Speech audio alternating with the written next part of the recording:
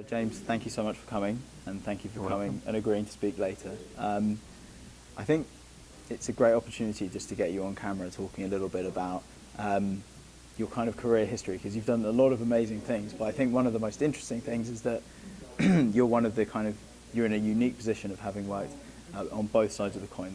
You've worked in the supplier side and then as a really big customer as well. And I'm just really curious to find out how you think that's kind of influenced you, the decisions you make now, your career, because obviously you were recently voted #1 CIO, if I'm not mistaken. Yes, that's true. So yeah, just really interested to hear your thoughts on that. No, it's been a very interesting journey for me. I think I've made 2 transitions. Originally I worked customer side in utilities, oil industry, etc. And my move to Oracle was really interesting because their perception of a customer was completely missing. So they weren't understanding how a customer's trying to run their business, and therefore trying to understand how you mitigate the risks of that. And as a result of that, you make a great consulting proposition, a great sale, etc. So the journey to the supplier side was hugely valuable for me and for them, I think. And I learned an enormous amount from that. And it was a really interesting time through there. I worked in many different sectors as well, which is very good. The exposure through that is very good.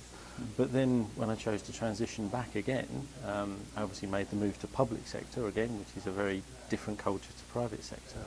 But being on the customer side and commissioning large outsourced services, negotiating contracts, etc., it's a very different mindset when you know what the person on the other side of the table has as the way of opportunities. They have certain commitments that they have to make. You know that there's a certain amount they have to make from a deal and a way in which it has to be constructed, but also you know the things they have to bring to the table, pre-sales, other capabilities. So it permits you to actually try and strive for a win-win conversation. And that's really, really powerful. So do you think all in all it's kind of made you not a more demanding customer, not necessarily an easy customer, but actually just it's made the relationship better? Is that really? I hope it's made the relationship better. I would classify myself as a demanding customer because I think I'm a sophisticated customer. Fine. So rather than just, there's demanding customers who bang the table and shout for what might appear to be legitimate reasons, but actually you're trying to push a supplier to a place they just can't go, as opposed to you can be demanding where you know there's space and capacity for them to move further, deliver more, open up more opportunities, yet they've chosen not to go there.